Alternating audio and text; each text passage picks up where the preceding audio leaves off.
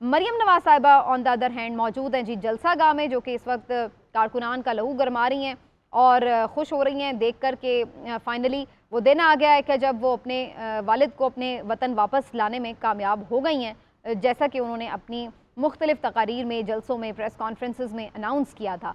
तो एक बड़ी इंटरेस्टिंग सी ये स्टोरी हमें नज़र आ रही है इस वक्त जो है। बहुत सारे लोग समझते हैं कि शायद ये कोई अनफॉर्चुनेट स्टोरी है, लेकिन पाकिस्तान में हम ये कोई पहली दफ़ा नहीं देख रहे हैं ऐसी स्टोरी। ये हम मनाजिर पहले भी देख चुके हैं और मज़ीद भी देख रहे हैं और शायद आइंदा भी देखने पड़ेंगे।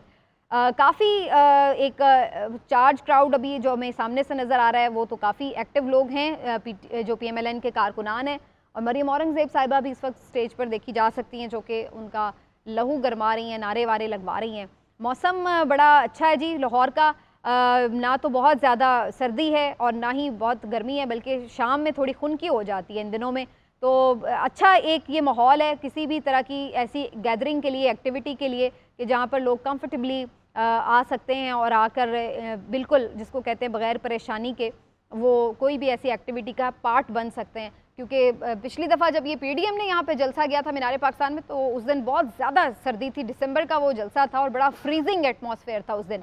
लेकिन आज मौसम खासा प्लेजेंट है और अब तो तकरीबन शाम पड़ रही है और इसके बाद आप देखेंगे कि अंधेरा बढ़ता चला जाएगा, तो फिर फर्दर जो है यहाँ पर खुनकी में भी इजाफा होगा। लेकिन यहाँ पर चूँकि क्राउड काफ़ी है, फिर लाइटिंग इस तरह से है कि उसकी वजह से फिर एक नॉर्मल सा टेम्परेचर ही होगा जलसा गाह में।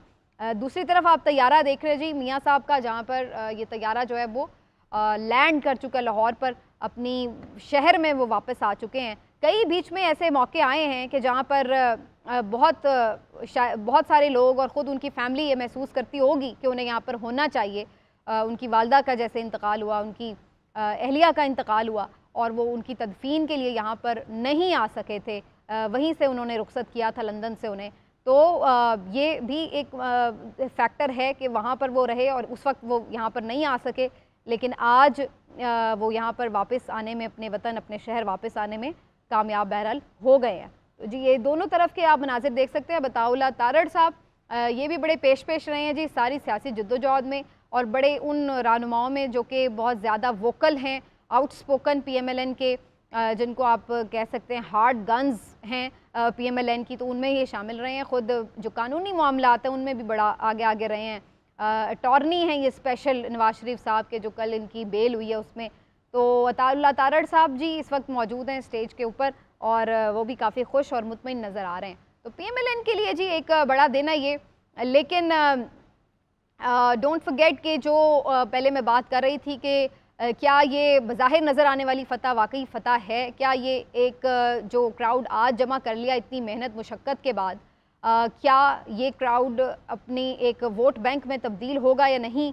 और क्या वाकई जो सर्वेज हमें बता रहे हैं कि इस वक्त PMLN के हाथ से उनका अपना गढ़ निकल चुका है, क्या नवाज शरीफ साहब की वापसी इसको बिल्कुल टर्न कर देगी रिज़ल्ट को? ये एक बहुत बड़ा सवाल है और चैलेंज भी है नवाज शरीफ साहब के लिए। और ये मेरा ख्याल है कि आखिरी कार्ड भी है PMLN के लिए, क्योंकि इससे पहले हर चीज़ पर उनका तकिया इस बात पर था कि मियाँ साहब यहाँ पर नहीं हैं।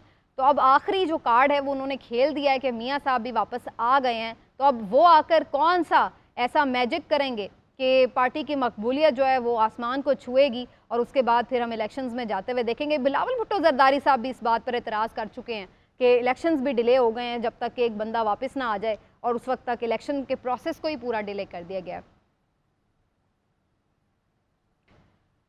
तो ये मनाजिर आप देख रहे हैं, इस पर हम आपको अपडेट तो करते रहेंगे। वापस डिस्कशन की तरफ चलते हैं जी, और इस वक्त हमें सीनियर कानूनदान नाबिद ज़ुबैरी साहब भी ज्वाइन कर रहे हैं। उनसे जो ओवरऑल सिचुएशन है उसके ऊपर और कुछ कानूनी जो बातें आज हो रही हैं उसके ऊपर भी बात करेंगे। ज़ुबैरी साहब अस्सलाम वालेकुम, बहुत शुक्रिया आपके वक्त का। वालेकुम सलाम, बहुत शुक्रिया आपका।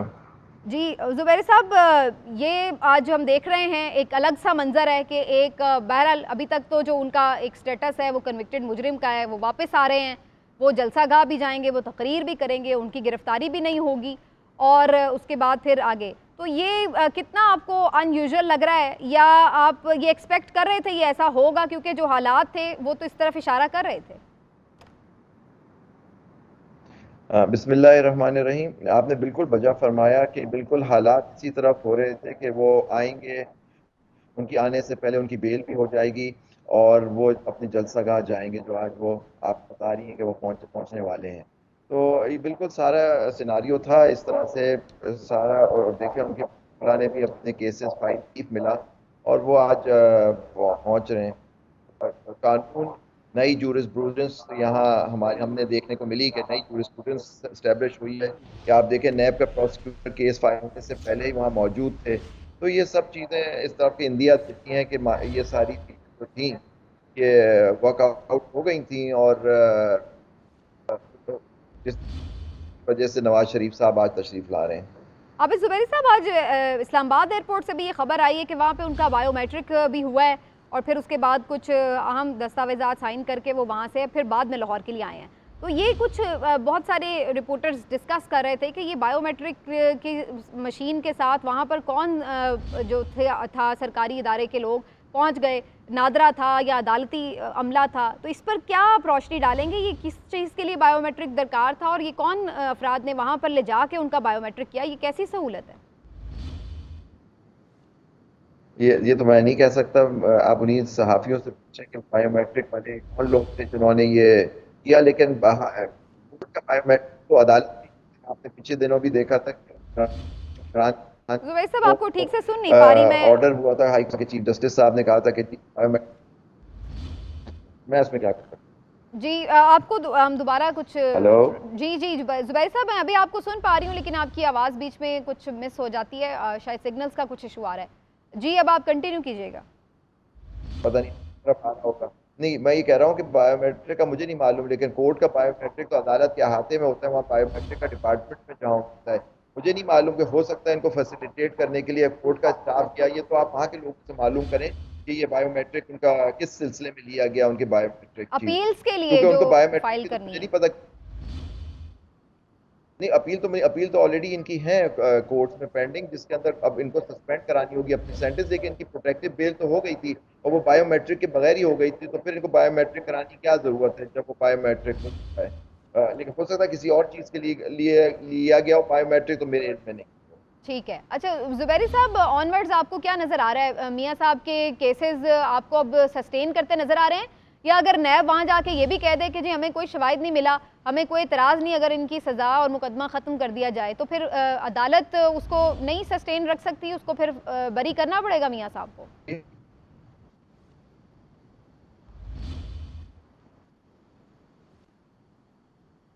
हो सकता है अपीलों में भी कंसेंट दे दें आके, ये अपीलें उनकी अलाउ कर दी जाए। यही एक मोहसिन जज साहब ने उस दिन ऑब्जर्व किया था अपने कि जी आप तो फिर अपीलों पे क्यों आप कर रहे हैं। हो सकता है वो आके कहते हैं कि इनकी अपीलों पे अलाउ कर दें। हो सकता है कोर्ट के बाद उनकी अपील अलाउ कर खत्म करते हैं, उनकी अपील करते हैं, उनकी जो सजा है वो खत्म करते हैं। ठीक है जुबैर साहब, बहुत शुक्रिया आपका, thank you so much for your time. और जी अब ये मनाजिर हेलीकॉप्टर के नज़र आ रहे हैं, तो इससे अंदाज़ा हो रहा है कि अब हेलीकॉप्टर के थ्रू नवाज शरीफ साहब जो हैं वो आ जाएंगे। ये शायद मेरा ख्याल उन्हें रिसीव करने के लिए पहुंचा, वो हेलीकॉप्टर अभी इसमें वो सवार नहीं है। बहरहाल जी अभी हम जलसागाह चलेंगे, यहाँ पर मौजूद हैं हमारे। अच्छा जी, ये अब देखा जा सकता है जी हेलीकॉप्टर एक मीनार पाकिस्तान यानी जलसागाह के ऊपर मौजूद है। और मैं अभी इसको ज़रा चेक करते हैं जी। ये जी नवाज शरीफ साहब भी इसमें मौजूद हैं और वो हेलीकॉप्टर के ज़रिए लाहौर एयरपोर्ट से जलसागाह रवाना हो चुके हैं। और चूँकि ये बहुत ज़्यादा वक्त नहीं है, तो यानी ज़्यादा फासला नहीं है, तो ज़्यादा वक्त भी नहीं उन्हें लगा। और अब आप देख सकते हैं कि यहाँ पर जलसागाह का एक राउंड लिया गया ऊपर से कि क्या सूरत हाल है जलसागाह की। नीचे हमारे नुमाइंदे भी मौजूद हैं, ब्यूरो चीफ शहजाद हुसैन भट्ट साहब, तो हम उनसे ज़रा जान लेते हैं।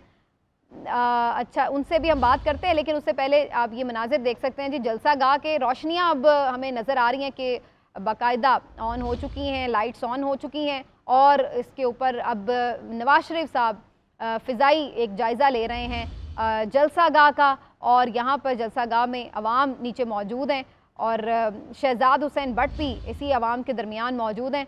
उनसे हम जानते हैं जी क्या जोशो खरोश है लोगों का जब उन्होंने देखा है कि ऊपर नवाज शरीफ साहब जो है वो हेलीकॉप्टर में मौजूद हैं। शहजाद हुसैन भट्ट बताइएगा, मरीम नवाज जलसागाह के अंदर आ चुकी हैं, उसके बाद क्या क्राउड का एंथुजियाज्म आपने देखा, और प्लस अब तो मियाँ साहब भी बस पहुँचे ही चाहते हैं जलसागाह, ऊपर उनका हेलीकॉप्टर परवाज़ कर रहा है और वो जलसागाह का फ़िज़ाई जायज़ा भी ले रहा है। तो उनको अपने दरमियान पाकर अभी थोड़ा सा फासला है बीच में, लेकिन कैसा इस वक्त जोशो खरोश क्राउड का? सबीना, इस वक्त मरियम नवाज साहिबा स्टेज पर हैं और वो लोगों का लहू गरमा रही हैं, लोगों को अप कर रही हैं। मरियम औरंगजेब और ख्वाजा साद रफीक और दीगर अफराद जो है वो स्टेज के ऊपर लोगों को हाथ हिला रहे हैं और तकारीर का सिलसिला चल रहा है। ये बैक साइड पर मीनार पाकिस्तान के साए तले ये जगह है और यहाँ पर जो हेलीकॉप्टर है वो बिल्कुल नीचे जो है ये प्रवास कर रहा है। लोग इस वक्त नारेबाजी कर रहे हैं कि शायद मियां मोहम्मद नवाज शरीफ का ये हेलीकॉप्टर जो है ये बिल्कुल सर के ऊपर इस वक्त घूम रहा है। इस वक्त एक और हेलीकॉप्टर भी है, वो सिक्योरिटी पर्पस के लिए यहाँ पर ढूंढ रहा है। मैंने यहाँ पर जो महसूस किया है, सिक्योरिटी के इंतहाई सख्त हिफाजती इंतजाम हैं और लोगों की फुल प्रूफ चेकिंग जो है वो जगह जगह नाकों के ऊपर की जा रही है। जी सबीना। अच्छा, इस वक्त हम देख सकते हैं मरियम नवाज रो रही हैं बाकायदा, सिर्फ आप दीदा नहीं है बल्कि रो रही हैं बाकायदा, फरते जज्बात से बहुत ज़्यादा आंसू छलक पड़े हैं उनके। और इस वक्त आप ये मनाजिर देख सकते हैं कि वालिद साहब का हेलीकॉप्टर ऊपर उड़ रहा है और मरियम नवाज साहिबा के नीचे आंसू गिर रहे हैं। तो ये एक बड़ा जज्बाती सा मंजर है जी। अपने वालिद साहब को अपने करीब लाने में कामयाब हो गई हैं, वापस उनके वतन की फ़िज़ाओं में लाने में कामयाब हो गई मरियम नवाज साहिबा। तो बहरहाल जी, ये आप देख सकते हैं कि वतन वापसी है नवाज शरीफ साहब की।